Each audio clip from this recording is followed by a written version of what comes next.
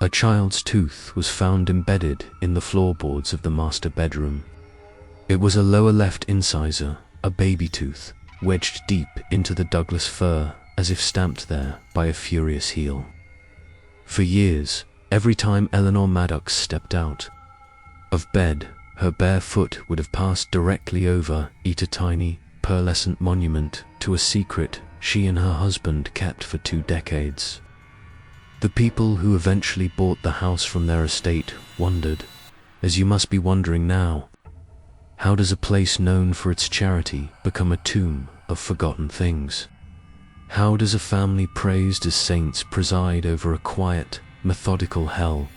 The answers are locked away in the cold, damp soil of the Pacific Northwest, in whispers the tall cedars have held for a generation.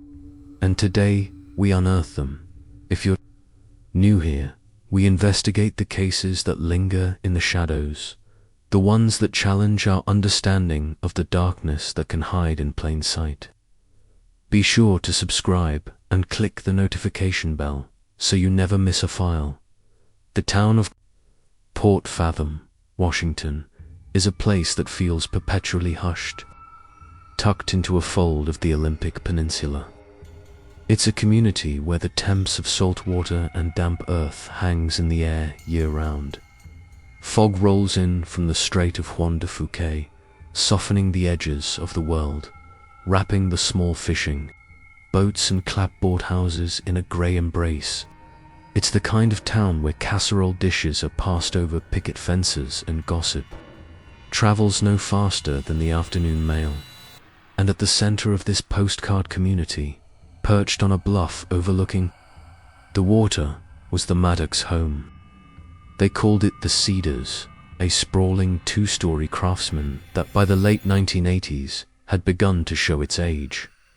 But Arthur and Eleanor Maddox were not concerned with appearances. They were concerned with souls. Arthur was a retired philosophy professor, a man with a quiet, commanding presence and eyes that seemed to look straight through you. Eleanor was his softer echo, a former nurse with a reputation for boundless compassion and the best rhubarb pie in 3 counties. Together, they were pillars of the Port Fathom community, devout, generous, and, by all accounts, selfless. Their special calling, the one that cemented their saintly status, was children. Not just any children, but the ones the system had failed, the difficult ones, the ones nobody else wanted. They never officially adopted, never went through the state. Theirs was a private ministry, funded by Arthur's pension and community donations. And for a time, it seemed like a miracle. In those early years, the story of the Maddox home was a feel-good narrative the town told itself. It was a story of redemption.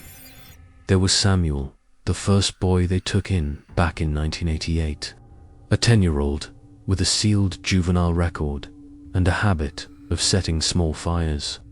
Within a year at the Cedars, he was a quiet, diligent acolyte at the local Presbyterian church, his hands folded neatly in his lap. Then came Lena, a girl so traumatized by her early life she was functionally mute. Eleanor taught her to bake, and soon her shy smile was a fixture at the town's annual bake sale. The Maddoxes were saviors. You could ask anyone. Saints. They were, recalled a neighbor decades later. They had a patience I've never seen. Those kids would arrive looking like wild things, and a few months later, they'd be polite as you please, saying yes ma'am and no sir. Donations poured in. The church held fundraisers for the Maddox mission, and local businesses offered discounts on food and supplies.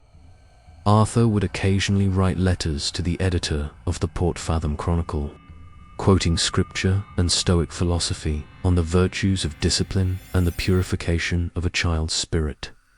It all sounded so noble, so righteous.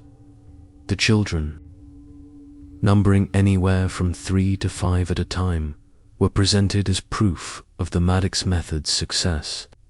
They were always impeccably clean, their clothes neatly patched. They did chores with an unnerving focus, weeding the vast garden, polishing the dark wood floors, stacking firewood with a precision that seemed beyond their years. This was seen not as labor, but as therapy. Arthur believed idle hands were the devil's workshop. Eleanor would tell admiring friends over tea. Work gives them purpose. It heals the damage. But it was in this very diligence that the first, almost imperceptible red flag was planted. A fisherman living down the road from the Cedars later told investigators, "I never saw them play. Not once. I'd see them in the yard, stacking wood or pulling weeds in the rain, but they never yelled, never threw a ball. It was silent, always so silent, always so silent." That silence, mistaken for peace, was the sound of absolute control. The first sign that the healing being done at the Cedars was of a very different and much darker kind.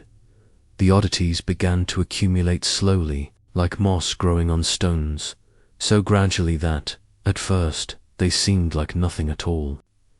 In the fall of 1992, Lena, the once-mute girl, appeared at school with a dark plum-colored bruise blooming on her cheekbone. When the school nurse, a woman named Mrs. Gable, inquired, Lena recited her answer like a memorized verse. "I was clumsy and fell on the stairs." Later that day, Eleanor Maddox arrived, her face a mask of gentle concern.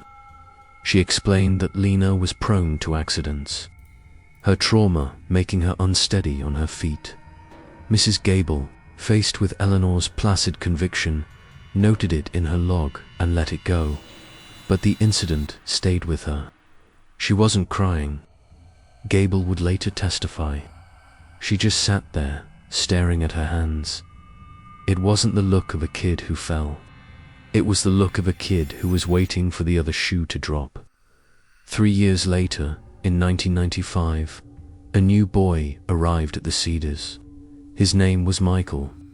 He was wiry and defiant, and unlike the others, his spirit hadn't yet been smoothed away. He was enrolled in public school, but his tenure was short-lived.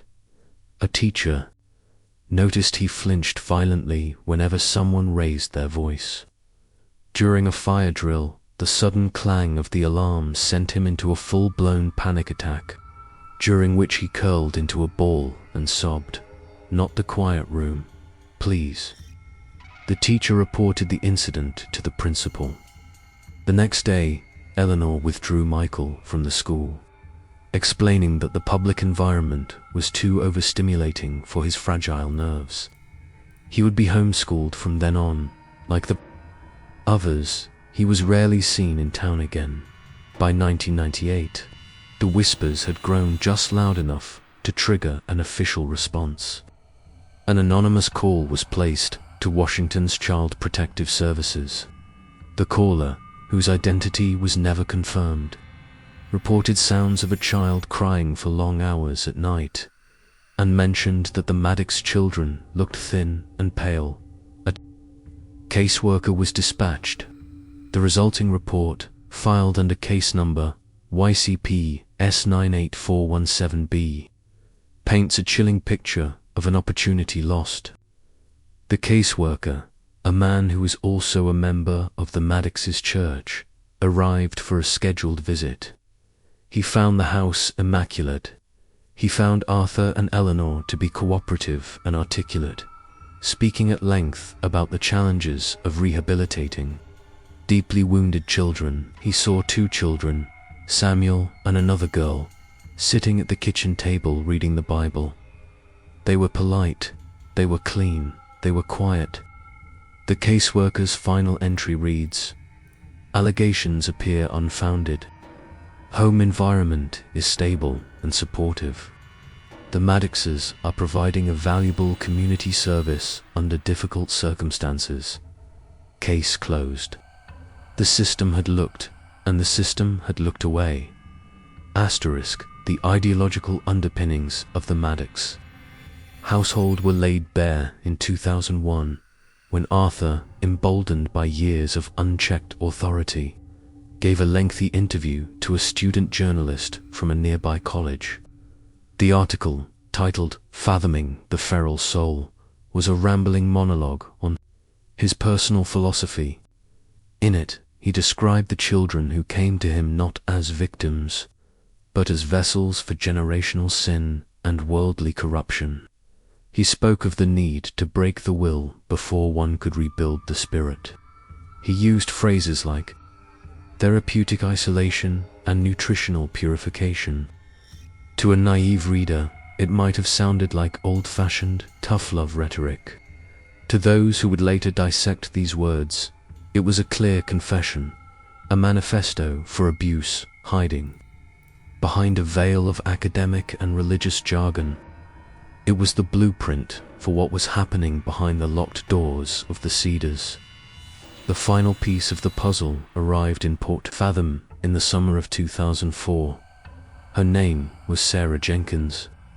She was a young, sharp-eyed social worker, recently hired by the school district. She had no ties to the town's history, no reverence for its established saints. Her first encounter with the Maddox legacy was a boy named Eli. He was 15, but looked closer to 12, with sunken cheeks and the sallow skin of chronic malnutrition. He'd been enrolled in high school by the Maddoxes in a rare instance of allowing a child back into the public system, a decision they would come to regret.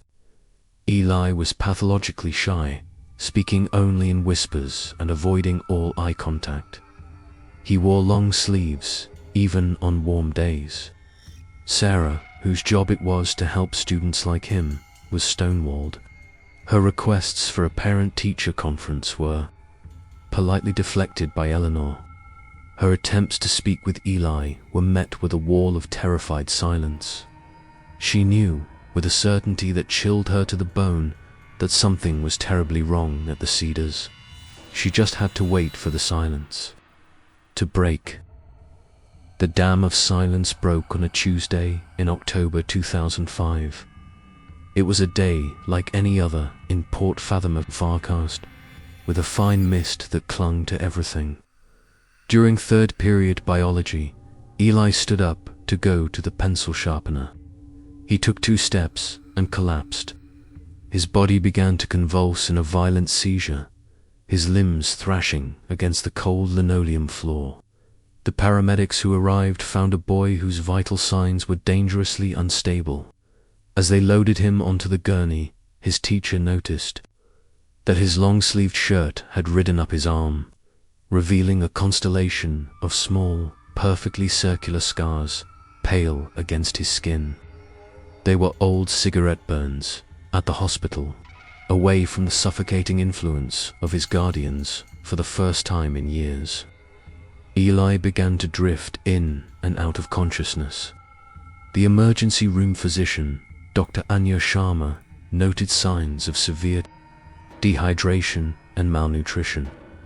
She saw the patterned bruising on his back, faint and yellowed with age.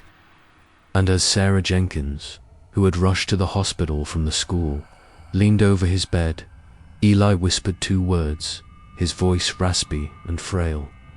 "The cellar," he breathed. "Don't let them put me in the cellar." Dr. Sharma immediately placed a call, not to the local police, but to the state's Child Protective Services hotline, REPORTING, suspected long-term abuse and neglect. The carefully constructed facade of the Cedars had finally, irrevocably, cracked. Sarah Jenkins could not let it go. Eli's words, the cellar echoed in her mind, while the official CPS investigation slowly ground into gear. Hobbled by the Maddox's reputation and legal pushback, Sarah began her own quiet, unofficial inquiry. She felt a profound sense of responsibility, a need to give voice to the children who had been silenced for so long. She started with the past. She drove to the retirement home where Mrs. Gable, the school nurse from 1992, now lived. She showed her a photo of Eli. The old woman's face hardened with a sad, vindicated anger. "I knew it," she said, her voice trembling. "I knew it. Back then, with that little girl, Lena. It was their eyes. The kids from that house. They had old eyes. Like they'd seen everything and were expecting more of it." Next, Sarah dug into the town's archives. With the help of a sympathetic clerk, she found the original 1998 CPS report. She saw the name of the caseworker and, with a few phone calls, confirmed what she suspected. The man had been the best man at Arthur Maddox's nephew's wedding. It was a clear conflict of interest, a favor for a friend that had condemned more children to years of suffering. The system hadn't just failed, it had been compromised. Her investigation hit a wall. When she tried to find the other children, when she called the Cedars to inquire about Eli's progress, Eleanor informed her that, for their own protection from unwarranted suspicion, all the children had been removed from the property and sent to live with trusted family friends. Out of state, it was a lie, but an effective one. The victims were gone, scattered to the winds. Feeling isolated and increasingly desperate, Sarah found an unlikely ally. Deputy Frank Miller was young, new to the Port Fathom Sheriff's Department, and immune to the local hero worship of the Maddoxes. He'd been raised in Seattle and viewed the small town's insular culture with a skeptical eye. Sarah laid out everything she had: Mrs. Gable's story, the compromised CPS report, Dr. Sharma's medical findings, and Eli's whispered warning. Miller listened, his expression growing grimmer with each detail. "This isn't just neglect," he said, his voice low. "This is systematic. It's a fortress." Together, they began to build a secret case. Miller, using his access to state and federal databases, discovered a disturbing pattern. Over 15 years, at least 7 children who had been documented as living with the Maddoxes had simply vanished from all official records. No school transfers, no new addresses, nothing. It was as if they had ceased to exist. They pored over Arthur's published interview, fathoming the feral soul, highlighting his chilling phrases. "Therapeutic isolation," Miller read. Aloud, "That's not discipline, that's a confession." He was telling everyone exactly what he was doing. They now had motive, method, and a growing list of potential victims. They had enough to take to a judge, not a local one, but one from a neighboring county, someone who didn't owe the Maddoxes a thing. At 5:15 a.m. on November 18, 2005, the fog was so thick it seemed to swallow sound. 2 unmarked sheriff's vehicles crunched up the gravel driveway of the Cedars, their headlights cutting pale cones through the gloom. Deputy Miller, accompanied by 3 state troopers and a detective from the county seat, approached the heavy oak door. Inside, a single light burned in a downstairs window. Miller's knock sounded unnaturally loud in the pre-dawn stillness. The door was opened by Arthur Maddox. He was dressed in a woolen robe, his hair perfectly combed. He showed no surprise, only a weary indignation. "Deputy," he said, his voice calm, "to what do we owe this intrusion?" Behind him, Eleanor appeared, clutching her own robe at the neck, her face a serene portrait of wronged innocence. Miller presented the search warrant. As the officers fanned out through the house, a palpable coldness seemed to emanate from the walls. Everything was obsessively clean, sterile. There was no clutter, no sign of the messy chaos of family life. It was a showroom, not a home. They searched the children's former bedrooms, finding empty beds stripped bare and closets devoid of any personal belongings. For an hour, it seemed their search would be fruitless. Then, in the basement, Miller noticed something. The main area was used for storage canned goods, tools, old furniture under white sheets. But against the far wall, a heavy wooden bookshelf was filled with theological texts. Miller, remembering Eli's words, ran his hand along the floor in front of it. He saw faint, deep scratches in the concrete, as if the heavy object had been moved back and forth many times. With another officer, he heaved the bookshelf aside. Behind it was a door. It had no handle, only a heavy-duty bolt on the outside. He slid the bolt back and pulled the door open. The air that rushed out was stale and cold. It was a small, windowless room, no larger than a closet, built of concrete blocks. The walls were lined with what looked like acoustic foam. On the floor was a stained thin mattress and a plastic bucket. The walls were covered in frantic scratches, a desperate calligraphy of names, dates, and pleas for help. This was the quiet room. This was the cellar. While the team documented the hidden chamber, the county detective, a veteran named Alistair Finch, was upstairs in the master bedroom. Acting on a hunch, he tapped the floorboards around the bed. Near the spot where Eleanor would have placed her feet each morning, he heard a hollow sound. Using a pry bar, he lifted a section of the floor, and there, nestled in the dark space between the joists, was a small metal lockbox. Inside were not jewels or money, but a collection of spiral-bound notebooks. They were Eleanor Maddox's journals. The search was over. The real story was about to begin. The trial of Arthur and Eleanor Maddox in the spring of 2006 split the community of Port Fathom in two. On one side were the loyalists, who packed the courtroom benches with signs of support, unable to reconcile the couple they knew with the monsters described by the prosecution. On the other were those who now saw the years of silence and oddities in a horrifying new light. The state's case rested on two pillars: the testimony of the survivors and the chilling words found in Eleanor's journals. Eli, now safe in state custody, was the first to testify. His voice, though quiet, was steady as he described life at the Cedars. He spoke of a rigid system of punishment and reward. Infractions, from a spilled glass of milk to an unenthusiastic prayer, were met with purification sessions. These ranged from being denied food to being locked in the quiet room for days at a time. The cigarette burns, he explained, were from tests of faith, where Arthur would press a lit cigarette to their skin to see if they would flinch and betray their corrupted inner nature. But it was Eleanor's journals that provided the irrefutable window into the psychology of the home. The prosecution read passages aloud to a stunned courtroom.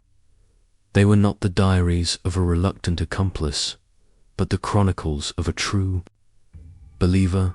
October 12, 1995. Michael's defiance is a stubborn weed. Arthur administered a prolonged session in the quiet room.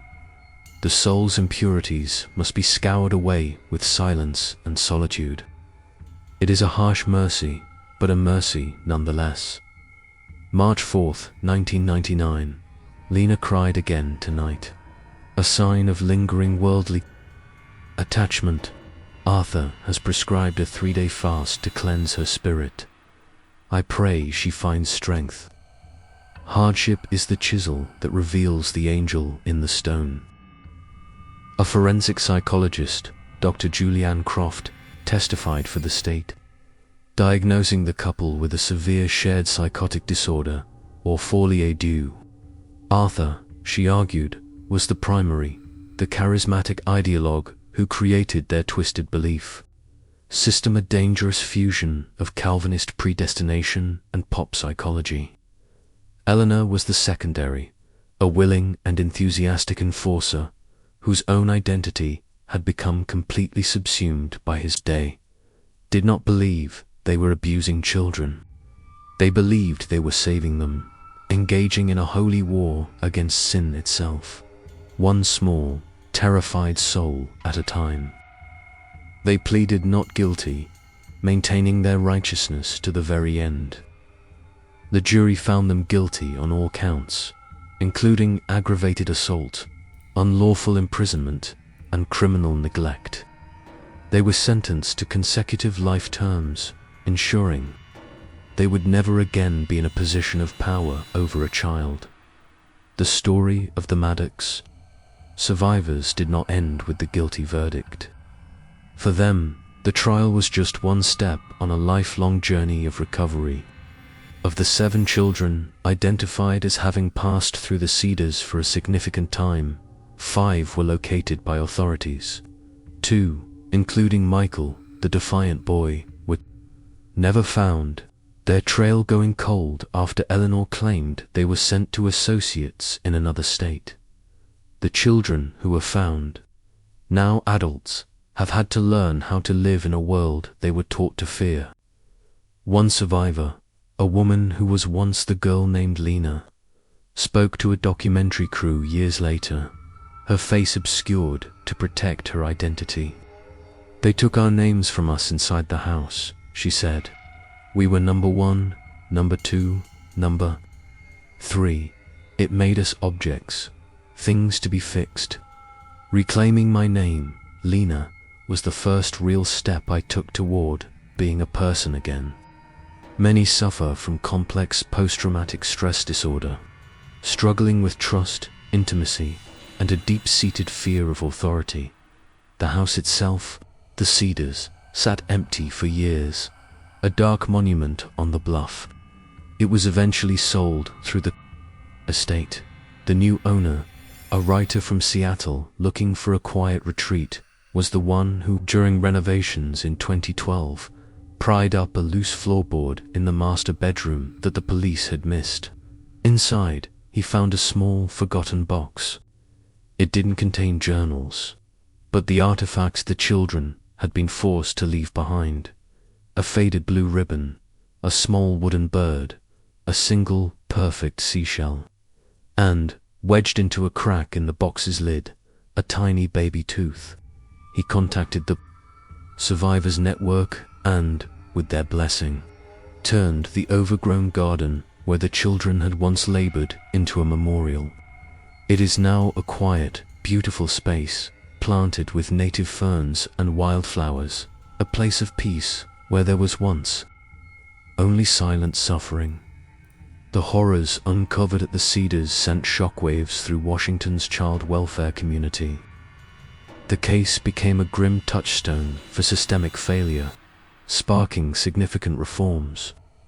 In 2008, the state legislature passed a bill colloquially known as Eli's Law. The new law mandated stricter regulations and regular, unannounced inspections for any private, unlicensed home or organization caring for more than one non-related minor. It also established new cross-agency reporting protocols. No longer could a report from a school or hospital be dismissed by a single, potentially compromised caseworker. Now, any credible report of abuse automatically triggers a multi-agency review, involving law enforcement, healthcare providers, and school officials. Training for social workers was overhauled to include specific modules on identifying ideological and religious-based abuse, teaching them to look past a clean house and polite facade to see the subtle signs of coercion and fear. The Maddox case became a mandatory case study at the University of Washington's School of Social Work, a permanent reminder of how easily good intentions can be twisted into a cover for unspeakable cruelty. We remember the names of the known survivors: Samuel, Lena, Eli, and the two others who have chosen to remain private. We honor the memory of the two who were never found. Their fates still a painful, unanswered question mark in this tragic story. The Cedars no longer stands for the dark, twisted philosophy of its former owners. Thanks to the compassion of a stranger, its garden now stands for the resilience of the children who survived it, a testament to the fact that even after the deepest winter, green things can grow again. The darkness in Port Fathom was allowed to fester because a community chose to believe a beautiful lie instead of a terrible truth. It's a reminder that evil rarely advertises itself with horns and a pitchfork. More often, it arrives with a casserole dish and a gentle smile. If you or anyone you know suspects a child is being abused, please make the call. You can reach the Childhelp National Child Abuse Hotline at 1-800-FOR-A-CHILD. Your call can be anonymous, and it could be the single act that breaks a cycle of silence. Until next time, stay vigilant.